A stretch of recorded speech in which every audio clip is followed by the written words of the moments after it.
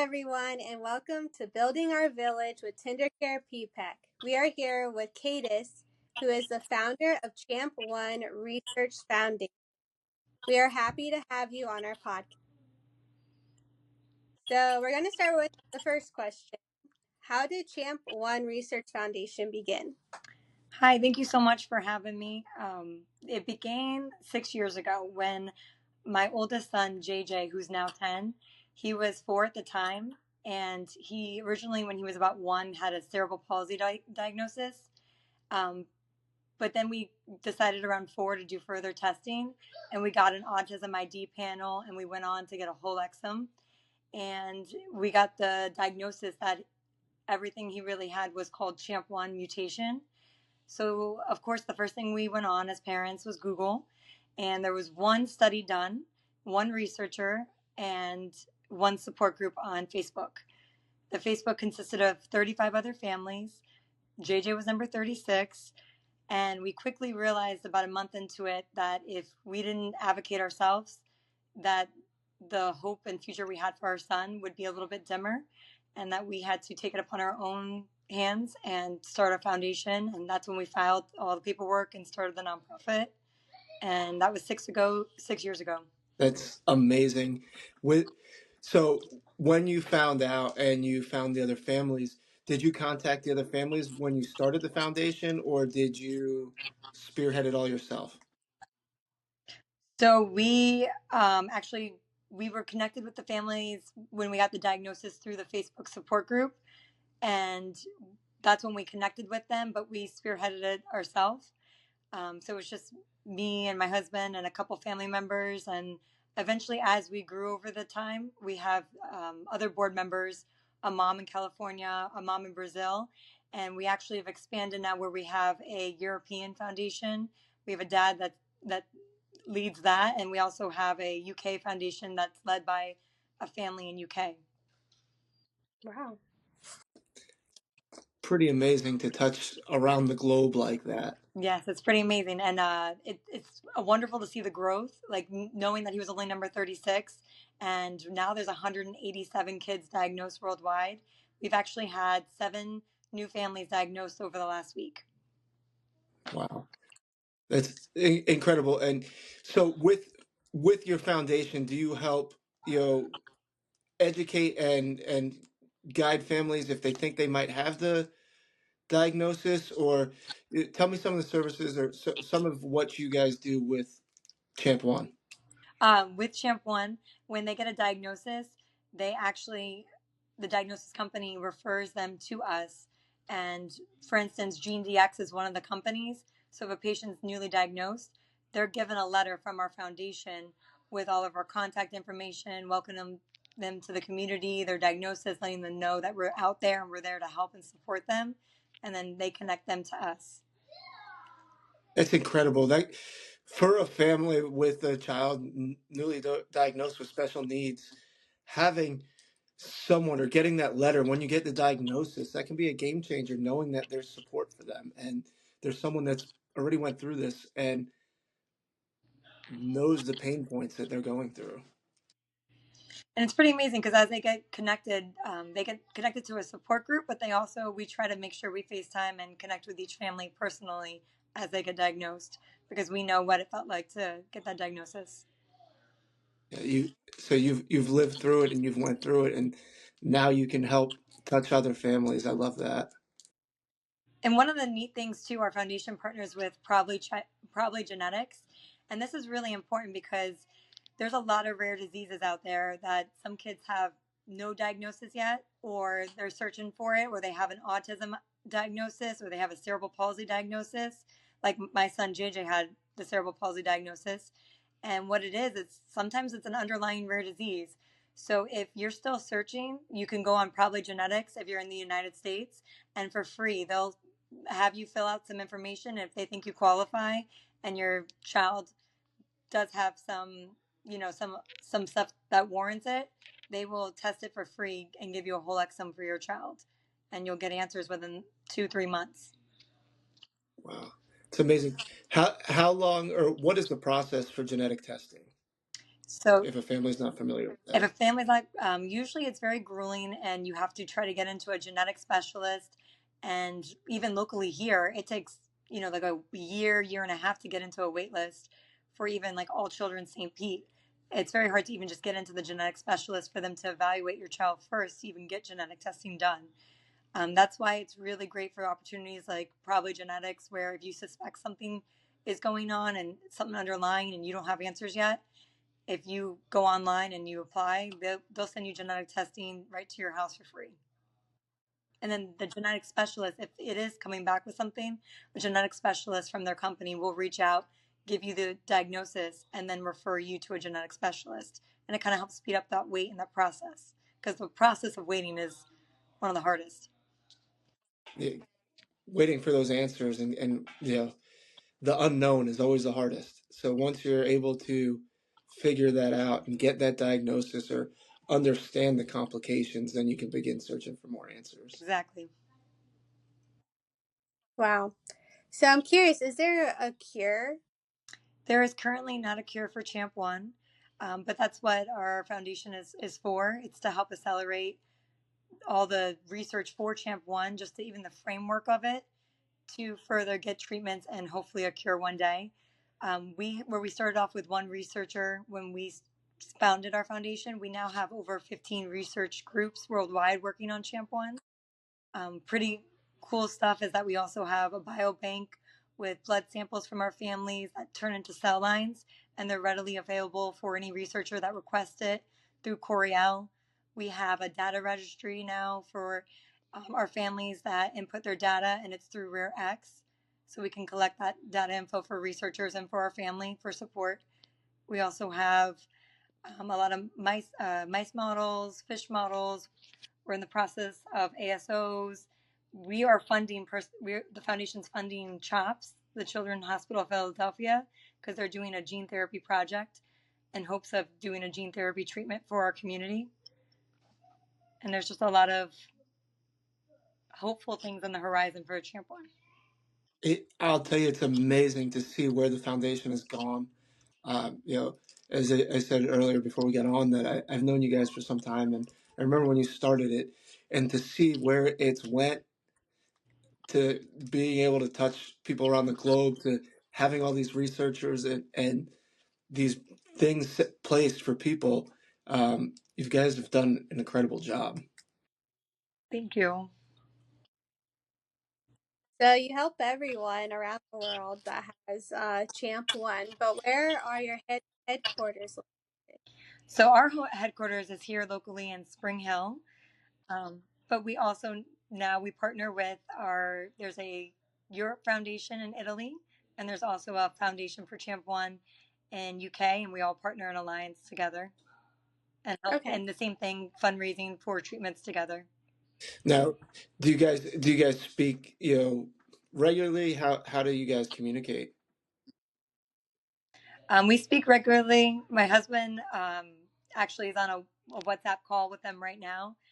The dad from UK and the dad from Italy, as we speak. Um, there's a lot of weekly calls. We connect daily on WhatsApp. We're very, very, very close. And we just actually attended a conference this last summer in Italy. There was a Champ1 Family Science Conference in Italy. Impressive. And so with those families, um, when they got diagnosed, how did you guys connect initially? So same thing. Our foundation was probably about at least 3-4 years in, and when the one of the dads in Italy got diagnosed, went on the support group, connected with my husband and I, and he actually attended one of our family and science conferences here in Orlando, Florida. And he said, he was all in with us, and he wanted to do fundraising and so support the mission as well. So he started his foundation in Italy in partnership with us. And then same thing kind of happened with the UK family as well. When they got diagnosed a year or so after that, they met with us, met with Daniel, and they started their own too, to have the same goals of fundraising and supporting the treatments and research worldwide. So, for instance, they'll be here. We have a family science conference. It's the fourth one. It's in Orlando, Florida. It's going to be on October 24th through the 27th, and it's for family and science researchers. There's six research teams that are coming, and they're going to be updating our families with what their research and their science is. But they're also going to be able to connect our families, our Champ1 families, to bond over that weekend. And both of those groups will be here as well in attendance with their families. When you're able to get the families together and have the socialization of the kids, but also the socialization of the parents, and you're able to really connect in person, I think that's invaluable. Yeah, the struggles might not all be with the diagnosis, but when you're able to connect with families going through the similar situations, um, it's powerful for the families that are going through it. Yes, and it's just life changing because you connect on a deeper level and you put a name to a face. We're so used to Zoom calls or Skyping as a community or WhatsApp, but to actually be face to face and connect our families and see that, you're not alone, it's life changing. Yeah, 100%. And yeah, that's kind of the goal with our podcast is um, not just to, it's not just for our PPEC, it's for every family struggling with special needs, hopefully throughout the country and maybe now even, worldwide, they can learn about these issues, they can learn about these diagnoses, they can learn about the genetic testing and the ability to get some of this done. And, there's so many things out there that people don't know, and helping spread awareness is basically our mission with this. Well, it's incredible what you guys are doing. The same can be said for you guys. If one of the listeners wanted to be, a part of it or help out, how could they help out? So, multiple ways. Follow us on social media. We're on all the social media platforms at Champ1 Research. Our website's www.champ1foundation.org. Donate, go online, share us on social media, and come to our events. We have an annual golf fundraiser, and you've been to one and you've supported it. It's coming up on July 13th. So we're always taking sponsors, more golfers. So July 13th over in Spring Hill in Hernando Oaks is our next big fundraiser. And also for that family science conference, if we have any people that want to volunteer for our kid conference room, with special needs children, for people to be able to sit back and actually enjoy the conference and listen to the researchers and connect as adults, you want to make sure to fully check in. You have to take a break and have a safe place for your kid. So we have a kid conference room that's connected in the hotel right next door, where we have volunteers and therapists that we know that are coming and family members. But the more people that we get that volunteer, it makes it more comfortable for all the Champ1 family kids and their siblings that are attending the event. I love that you're doing that. You give the parents a chance to really be able to take part in the conference and not have to worry about their child and know that they're safe. When you get that together, if you would share, we'd love to share that on our platforms that you're looking for, volunteers at that time. I appreciate that. And the golf tournament, I can tell you, I didn't get to take part in it last year, but I believe we sponsored a hole the year before. I did take part of it. I'm not a golfer, but I was amazed at the turnout, the local turnout that you get for it. The golf course was full, the golf carts were full, and it was an amazing event that you guys put on. And to see the local sponsors that you had, and beyond that, just the involvement from the community was touching. It's amazing because it really is a good time, and the community really is so generous. Um, just so many sponsors, so many businesses that donated, raffles, silent auctions, sponsorships, actual golfers themselves. I mean, it really is. We live in a very giving community. Yeah, and you really get to see that when you put on an event like that. It's special. So let's say someone can't volunteer, but they're very moved and want to help out. Is there a way that they can help financially? Yes, if you visit our website, www.champ1foundation.org, donations, that would be so appreciative. So when someone donates, it goes towards helping the research and support your efforts as far as the conference and stuff like that. You mentioned CHOP was one of them. Who else is doing research, on this subject? So there are like 15 teams worldwide, but St. Jude's is actually one of them as well that's researching Champ1. And believe it or not, Champ1 gene is actually, there's some cancer linkage and epilepsy, autism. So, I mean, it's really amazing the different researchers are what they're able to find out. So, St. Jude's is another huge, reputable organization that's researching Champ1 right now. Baylor, there's a lot throughout the world. Wow. And when you said at the conference they get updates from the research teams, then is any of this research published if someone wanted to find out more about it? Yes, there's been a lot of published studies throughout the last 6 years, and they're still working on publishing more work. And one of the other good things about the Family Science Conference is we actually have the phlebotomists come from CHOPS, and they actually draw the blood samples right there on site. And we actually have the computer set up and the resources where we help them sign in and build on their registry through like RareX. So we help do research while they're there that weekend as well. So it's an all-encompassing event where you're able to gather some information and data as well as support Yeah, the families. correct. Wow. Besides, one thing that I want to, I might not be right on this, but did the bridge in Tampa, was that lit up for a special day for you guys? Yeah, so Champ1 Awareness Day is March 20th, and the Skyway Bridge lit up purple for us. But there was just so many landmarks worldwide too, and our whole community really reached out to their community and had it lit, like the world was literally purple on March 20th. So it really was amazing to see. And when you follow us on social media at Champ1 Research, you will definitely see all the purple from March 20th.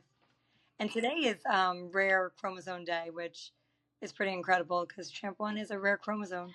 That's pretty fitting. That's something we should have been aware of. Yeah, just so we know today, it was pretty great. Yeah, wow. So, how does one go about getting the bridge lit for them? That's an impressive feat. So honestly, even we just email and simple email. Wow. Well, you must have emailed the right person because that's pretty neat. When such a big object in the Tampa Bay area is in support of you. And JJ eats it all up. He loves that. He loves seeing the Champ1 shirts. To him, Champ1 just means I love JJ. So he loves when we go to these events and he sees the Champ1 everywhere. He just feels very loved and seen. As a parent, I always say this, especially for a parent with special needs. Um, you're their advocate. They rely on you to advocate for them. Sometimes they can't do it for themselves. So when you have parents like you and Jeff advocating for your child and advocating now worldwide, it's unbelievable. And I Thank applaud you you. guys and impressed, and it's pretty amazing to see where this foundation has went from the time you started to where you guys are now, and I can't imagine where it's going because I see the work that you guys put in, and um, I applaud you for what you're doing. Thank you, JJ. He gives us such purpose, and all you can do is just try your best to give him the best so he can be the best he can be. With the diagnosis, and this might go into a little bit more of it. Is it a diagnosis that gets worse as time goes, or is there still too little known about it? So from what we've seen, it's not that you get worse. It's just so the lack of protein and the mutation of it is needed for neurological development. So the fact that the Champ1 gene is mutated and a lot of our kids have a stop of protein, crucial for brain development. It's just that it's what they're unraveling is that it constantly is just doing harm in different aspects. So he's definitely like a medically complex child. Some kids are presenting more severe, but it's very complicated where we are seeing not just seizures and autism, but we're seeing some cancer patients as well. And it's I mean right now PT, OT, speech, what we would say for uh, a lot of special needs children is still beneficial. We see progress, but we see very, very minimal progress. JJ's 10, but he functions at like a 2-year old level. And so, with the therapies, they're helping maintain and build what he has. Um, we touched on it, and you commented on my Facebook, with the insurance right now. And I mean, in Florida, not only Florida, it seems to, the more I looked at it, it seems to be a nationwide thing. I know there was a lot of children in Texas that also lost Medicaid recently, and not just children, special need children that rely on these things. Have you guys been affected by it? Yes, we have. And thankfully, right now, knock on wood, he has the Medicaid insurance through CMS, but it's a constant battle. He constantly loses it. He constantly gets dropped. And it's pretty terrible because it drastically impacts us because we rely solely on that for a lot of his support, like even diapers, um, medical supplies, medicines, therapies, ABA support. And when we get dropped, it's like everything gets stopped and our world gets flipped upside down, and it's a fight to get it back. And it's like a constant battle too. It's just even getting dropped, but also a lot of have to go with fear hearings. Like the insurance, even when you do have the insurance, they don't want to cover it. Like for instance, they just dropped us right now for ABA support, and I had to do a claim for a fair hearing, and it was like not making enough progress. And I said, even if you're not making enough progress, I mean, it's like if he doesn't have the ABA support, what progress are we going to make at all? And he deserves that. He deserves that support 100%. for his quality of life, for his family quality of Yeah, life. and I mean, at the end of the day, as long as they're keeping a baseline and the therapy's helping them keep a baseline, you don't want to see regression, right? I mean, so you don't Exactly. want and that's where I think that the insurance companies won with all of this and dropping, and if you're able to keep a baseline and see some improvement, it's working. You're not going backwards, right? And if you lose those therapies, and you lose these services, and sometimes it's at the drop of a hat, right? So you're left with nothing, and that's not fair. That's not fair to the family. That's not fair to the child. To be able to, you know, go from one day you're receiving ABA therapy and speech, occupational, and physical therapy, and then the next day you're told you can't have it. It just doesn't make sense. How do you got there should be a way to prepare families for this. And even with JJ being as medically complex as he is, these therapists to him, I mean, these are his friends. So when we get dropped, it's like trying to explain to him. He's like, "What time?" He's very limited speech, but he'll say, "What time so and so? What time so and so?" And it's so hard to say, "Oh, everyone's on vacation. We're taking a break from friends. We're just hanging out with family for a little bit, just as family." It's constant, like he gets sad and he gets heartbroken, like what happened. I had these friends coming over to help me every day, and where are they? It messes with his Yeah. routine. I'm sure, and a lot of these children get set in a routine, and whether it's a good routine or a bad routine, that's what is going. And then to drastically change that it could be terrible for not just the child, for the family. Yeah, for the siblings as well, because I mean it affects their quality of life as well. Right. Have with If you could give advice to a family that has gone through this with the getting the insurance dropped and or losing insurance, getting it back. What has helped you get through it? Honestly, just being persistent and keep calling, keep calling. And that's hard when you have no resources and no help, and you're still being the caregiver for the child. And a lot of families have multiple kids like myself, and you try to balance it all, but you just have to be persistent and keep calling and fighting for it. Right now, and that's the one thing. You guys are at least a little, or you're pretty well versed in advocating for a new parent. They could be totally lost, and again, I've said it's not right to just strip this care from a family that relies And on it's it. hard. I hope the more people that find out, some things can be changed with this. Yeah, and just I would say I think we all just need even more education on all the laws, because it's definitely not right for us to just be dropped like that back and forth. Yeah. If so, currently you said that ABA was being denied, and then you went for a fair hearing. How do you even find out about that? Like, if a family was denied services, how do they go about requesting a review for that? So you have to, when you're denied services, you have to, thankfully the ABA company is notified, and then they tell you, and you actually have to call the fair hearing phone number yourself of Medicaid, and request a fair hearing, get a claim number, explain that, for instance, even yesterday when I did this, they told me you may or may not be liable if you ask for emergency hours. You may still have to pay if the court orders that your son can't get services anymore. It's it's tough, and you got to make that choice. Do I want to take the chance? And I said I'm going to take the chance, because if they saw my son, they would give him services. Right. And that's another factor. These people are making decisions without actually laying eyes on the child. Exactly.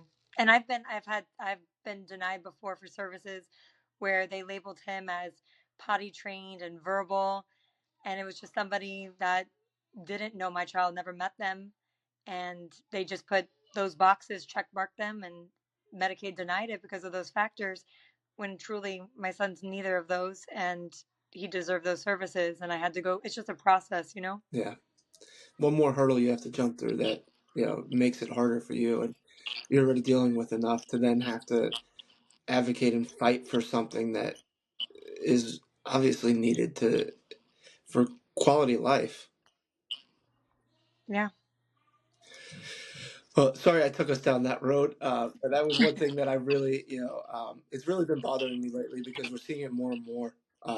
There's tons of families affected by it, and it's not just here, from what I've understand. It's happening everywhere. But Florida, you know, someone said there was 400 and something thousand children dropped from Medicaid, and it seems to be not just now. It seems to be ongoing. Every month, it seems to be more kids. Yeah, I feel like you have to call and check if your child still has Medicaid every month.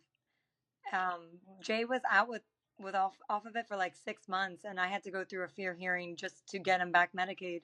And it came down to, they said that he didn't count as a family member, for they didn't consider him us a family of five, that they don't count him as a person, and that they only count us as a family of four. And with that, we were over by a couple $100s for the year. And I said a couple $100 will deny him services, and he should be counted as a fifth person. And after going through all of that in the fair hearing, they did go in his favor and give it to him. I'm glad that did happen.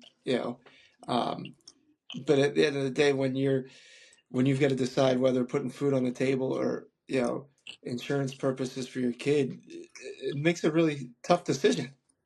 You know, Yeah. and they're going to make a couple $100 make that determination. That I'm glad that it worked out in your case, but for other families, um, I hopefully they're willing to go through those trials and tribulations that you've done, and um, they they need to make it a little easier for you to understand the process and the families to understand the process.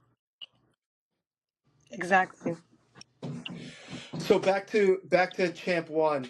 What are the dates for the golf tournament? What's the dates for the conference? And if someone wanted to attend either one, where do they get that info? So July 13th is the golf tournament, and it's at Hernando Oaks, locally here in Brooksville. And if you wanted to attend, you could just go on the website www.champ1foundation.org, and you can register right on there. And then also our Family and Science Conference is October 24th through the 27th.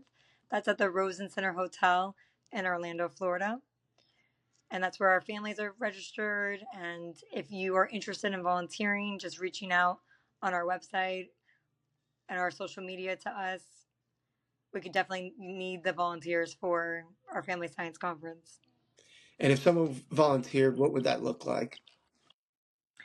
It would look like during the 2 days over the weekend when we have like an 8 hour session with the scientists and the families, that there would be like a kid conference room next door where we're going to have like a princess and Spider-Man and a movie going and we're activities, but just people there in that room for a few hours, whatever they can give, whatever of their time, and just loving on the kids, loving on our champions, loving on their siblings because they're champions too. They don't have an easy road. So all of them just making it an exciting weekend for them as well, while their parents are connecting and learning valuable information right next door with the scientists. That's great. And I love that you've set up the things for the kids, to entertain them. So it's not just about the families receiving the information, it's about the kids having an experience as well. Exactly, for the champs and for their siblings. Right? Because the siblings probably, I mean, they go through a lot as well, I'm sure, being part of the process. For sure. Um, is there anything we missed that you would like to add? I can't think of anything. Okay. Aurora, anything I missed? I just wanted to clarify, just to people listening or watching, that Champ 1 is actually number. So it's champ number when you're shooting. So that's something I just wanted to clarify. But it seems like we are wrapping up. So I just wanted to thank you so much for being on our podcast. And for everyone listening, you can find Champ 1 Research Foundation on all social and go to champ1foundation.org to learn more. Thank you. Thank you guys so much.